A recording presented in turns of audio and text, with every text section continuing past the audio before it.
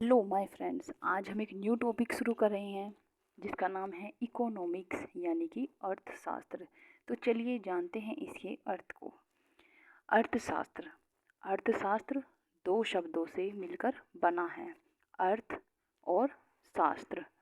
अर्थ जमा शास्त्र, ठीक है। अर्थ का अर्थ मतलब क्या है? धन यानी कि वेल्थ, पैसा। जो हम मार्केट से वस्तु खरीद के लाते हैं उसके बदले में जो हम पैसा देते हैं, यह उस पैसे की बात है। उसकी उसके उस पैसे के अध्ययन को ही यानी कि इसके स्टडी को ही क्या बोलते हैं? अर्थशास्त्र बोलते हैं, ठीक है। क्या है? धन का अध्ययन करना ही अर्थशास्त्र कहला जाता है। अब जानते हैं हम इसके बेसिक के बारे में कि ये जो अर्थशास्त्र नामक पुस्तक है ये किसने लिखी है। तो देखिए, जो अर्थशास्त्र नामक जो पुस्तक है यानी कि जो अर्थशास्त्र है, यह चाणक्य द्वारा लिखी गई एक पुस्तक है। जिसका संबंध किससे है? इसका संबंध है राजनीति से संबंधित है ये, यानी कि बुक रिलेटेड टू पॉलिटिक्स। किससे रिलेटेड है ये? पॉलिटिक्स से रिलेटेड है। चाणक्य के द्वारा लिखी गई है, जो कि चंद्रगुप्त मौर्य के समय में यह लिखी जा चुकी थी। लेकिन उस समय तक ये क्या था? एक विषय नहीं था, ठीक है। इसकी जो पहचान हुई है एक विषय के रूप में, वह एडम स्मिथ ने कराई है।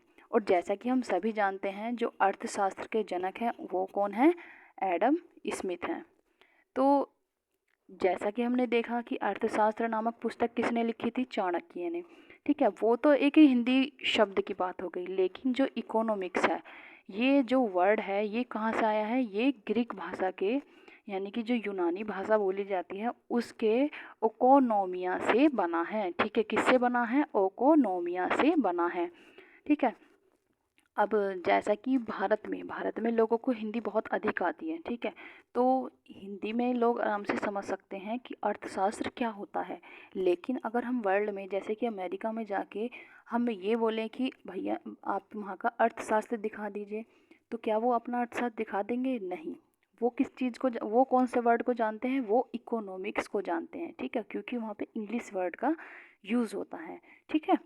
तो ये कहाँ से लिया गया है? ये वर्ड जो है ग्रीक भाषा के यूनानी जो भाषा होती है उसके ओकोनोमिया से बना है, जिसका अर्थ क्या होता है? मैनेजमेंट ऑफ रिसोर्सेज, ठीक है, या फिर हाउस होल्ड मैनेजमेंट यानी कि संसाधनों का प्रबंधन, ठीक है। इकोनॉमिक्स का मतलब क्या हुआ यूनानी भाषा में? संसाधनों का प्रबंधन या फिर घर का प्रबंधन, इसको हम बोलते हैं, ठीक है।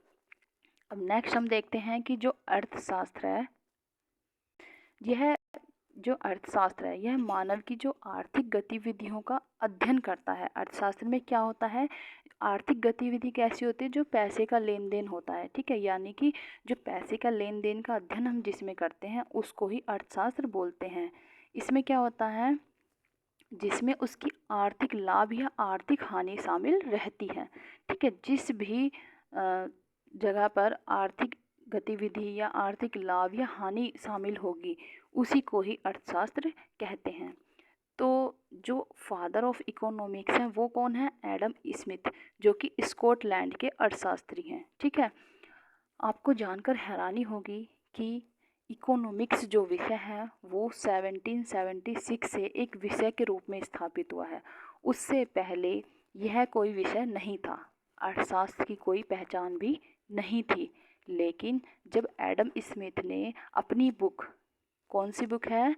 द वेल्थ ऑफ नेशन, जब एडम स्मिथ ने अपनी बुक लिखी द वेल्थ ऑफ नेशन, तभी से अर्थशास्त्र को एक विषय के रूप में इस्टेब्लिश्ड हो कर दिया गया, ठीक है।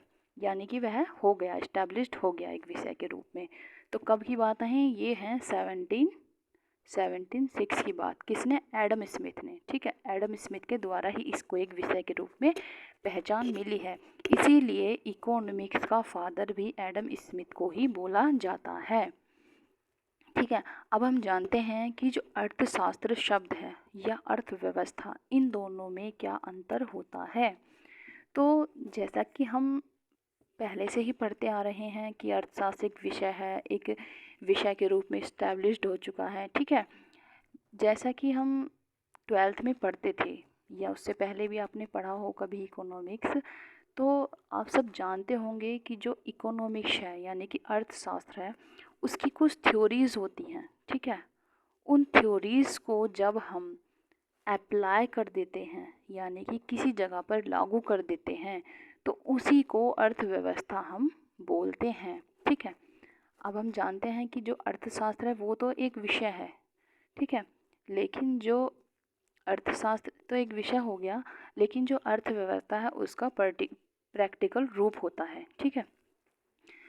अब जैसे कि हम देख पा रहे हैं कि जो अर्थशास्त्र है, अर्थशास्त्र का मतलब होता है इकोनॉमिक्स, लेकिन अर्थव्यवस्था का मतलब क्या होता है, इकोनॉमी होती है। जैसे Indian economy, USA economy, Chinese economy, ठीक है, ये क्या है, अर्थव्यवस्था होती है वहाँ की सभी जगहों की। तो अभी हमने जाना कि जो अर्थशास्त्र है वह एक विषय के रूप में इस्टेब्लिश्ड है, ठीक है। और ये गलती से इधर प्रैक्टिकल आ गया है। प्रैक्टिकल कौन सा है, ये है इसका प्रैक्टिकल, ठीक है। प्रैक्टिकल क्या है, अर्थव्यवस्था है। जैसे कि हम बचपन में जो साइंस की लैब होती थी, ठीक है, जब हम क्लास में थ्योरी पढ़ते हैं तो वो क्या है, अर्थशास्त्र है। एक एग्जांपल है ये कि वो अर्थशास्त्र है, लेकिन जब हम उसका प्रैक्टिकल करने लैब में जाते हैं, ठीक है, साइंस का जो प्रैक्टिकल करने हम जब लैब में जाते हैं, तो उस प्रैक्टिकल को ही अर्थव्यवस्था बोलते हैं, जब हम इसको अपनी अर्थव्यवस्था में लागू कर देते हैं अर्थशास्त्र के सिद्धांतों को, ठीक है। अब इसकी हम एक छोटी सी डेफिनेशन भी देख लेते हैं। द प्रिंसिपल यानी कि सिद्धांत, जो को जब किसी भौगोलिक क्षेत्र में लागू किया जाता है, यानी कि ज्योग्राफिकल जो रीजन होता है उसमें जब हम किसी भी सिद्धांतों को लागू करते हैं, ठीक है, तो वह वहाँ की अर्थव्यवस्था कहलाता है, ठीक है। क्या बन जाती है वो, जब हम किसी भी सिद्धांत को किसी भौगोलिक क्षेत्र में लागू करते हैं तो वो क्या कहलाती है, वहाँ की अर्थव्यवस्था कहलाती है। जैसे कि हमने उदाहरण लिया था अभी यूएसए इकोनॉमी, चाइनीज़। तो देखिए यहाँ कुछ एग्जांपल हैं कि चाइना में जब हमने इकोनॉमिक्स के सिद्धांतों को लागू किया तो वह क्या बन गई, वहाँ की चाइनीज़ इकोनॉमी बन गई, ठीक है। वैसे ही इंडिया में जब हमने इकोनॉमिक्स के सिद्धांतों को लागू किया तो इंडिया की वो क्या बन गई, इंडियन इकोनॉमिक बन गई, ठीक है। अब हम इसके मुख्य अंतर को जान सकते हैं, समझ चुके हैं, ठीक है। अब हम नेक्स्ट टॉपिक पे चलते हैं। जो अर्थशास्त्र है उसके सक्रिय रूप को ही क्या कहते हैं, अर्थव्यवस्था कहते हैं। यानी जो एक्टिव फॉर्म होती है इकोनॉमिक्स की उसको ही इकोनॉमी बोलते हैं। अब आप समझ चुके हैं ना कि एक किसी भौगोलिक क्षेत्र में जब हम इकोनॉमिक्स के सिद्धांतों को लागू करेंगे तो वह वहाँ की अर्थव्यवस्था बन जाती है, ठीक है। अब जो रैगनर फ्रेशर ने अर्थशास्त्र को दो भागों में बांटा, ठीक है। रैगनर फ्रेशर ने कितने भागों में बांटा, दो भागों में बांटा। पहला माइक्रो इकोनॉमिक्स और दूसरा है मैक्रो इकोनॉमिक्स। माइक्रो मतलब होता है छोटा, ठीक है, यानी कि जो छोटे स्तर पे जो कार्य होता है उसको माइक्रो इकोनॉमिक्स बोलते हैं। लेकिन जो बड़े स्तर पे यानी कि बहुत ही बड़े स्तर पे जो कार्य हो रहा है उसको समष्टि अर्थशास्त्र हम कहते हैं, ठीक है।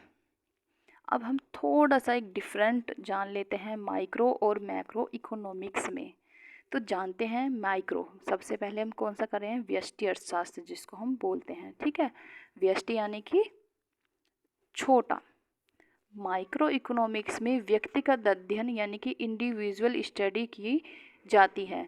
तो जो स्टडी की जाती है, ठीक है, माइक्रो इकोनॉमिक्स में इंडिविजुअल यानी कि इंडिविजुअल किसकी, व्यक्तिगत अध्ययन जो करता है, यानी कि एक व्यक्ति का, एक फार्म का, एक किसान का जब हम अध्ययन कर रहे हैं तो वो क्या है, वो माइक्रो इकोनॉमिक्स है। लेकिन जब हम पूरे इंडियन इकोनॉमी का या पूरे ही सभी व्यक्तियों का, सभी देशवासियों का जब हम अध्ययन कर रहे हैं तो वो क्या है, मैक्रो इकोनॉमिक्स है, ठीक है। जैसे कि एग्जांपल हम लेते हैं किसी व्यक्ति की आय व्यय या किसी परिवार की आय व्यय, ठीक है, तो वो क्या है, माइक्रो इकोनॉमिक्स में हम गणना उसकी अध्ययन करते हैं, ठीक है। फादर ऑफ माइक्रो इकोनॉमिक्स किसको बोलते हैं, एडम स्मिथ को। ये बहुत ही इंपॉर्टेंट क्वेश्चन है सभी एग्जाम की दृष्टि से कि जो इकोनॉमिक्स के जनक हैं, अर्थशास्त्र के जनक कौन है, एडम स्मिथ। वही माइक्रो इकोनॉमिक्स के जनक भी कहलाए जाते हैं। ठीक है, अब हम देखते हैं मैक्रो इकोनॉमिक्स। मैक्रो इकोनॉमिक्स में संपूर्ण अर्थव्यवस्था का अध्ययन किया जाता है। ठीक है, होल इकोनॉमिक्स का यानी कि पूरे बड़े स्तर पर जो हम अध्ययन करते हैं वो मैक्रो इकोनॉमिक्स कही जाती है। जैसे कि एग्जांपल लेते हैं राष्ट्रीय आय। ये क्या है, बड़े स्तर की बात कर रहे हैं। पूरी इंडिया में या पूरे देश में जिस भी हम जब हम किसी के सभी लोगों की राष्ट्रीय आय को निकालेंगे तो वो क्या है, मैक्रो इकोनॉमिक्स के अंदर हम उसको अंतर्गत अध्ययन उसका करेंगे। ठीक है, बेरोज़गारी ऐसे तो है नहीं हम एक व्यक्ति की निकाल दें। बेरोज़गारी तो पूरे देश में ही लागू होगी ना, कि पूरे देश में बेरोज़गारी है। ठीक है, उसी तरीके से इन्फ्लेशन यानी कि मुद्रास्फीति जो होगी, ऐसा तो नहीं महंगाई एक ही जगह पे बढ़ गई या एक ही व्यक्ति के लिए बढ़ गई, महंगाई सभी के लिए बढ़ेगी ना, तो वो क्या है, इन्फ्लेशन है। ठीक है, मैक्रो यानी कि बड़े स्तर पे। ऐसा नहीं है कि एक व्यक्ति है उसी के लिए महंगाई बढ़ रही है, जितने भी देशवासी होते हैं उन सभी के लिए क्या होती है, सभी के लिए इक्वल बढ़ती है। अब हम जानते हैं कि जो मैक्रो इकोनॉमिक्स है उसके फादर किसको बोला जाता है। तो जो जे.एम. कीन्स हैं उनको मैक्रो इकोनॉमिक्स के फादर बोला जाता है। तो फ्रेंड्स, उम्मीद करते हैं कि आपको ये सभी टॉपिक्स अच्छे से समझ में आए होंगे। तो नेक्स्ट टॉपिक के साथ नेक्स्ट वीडियो में मिलते हैं। Okay, thanks for watching.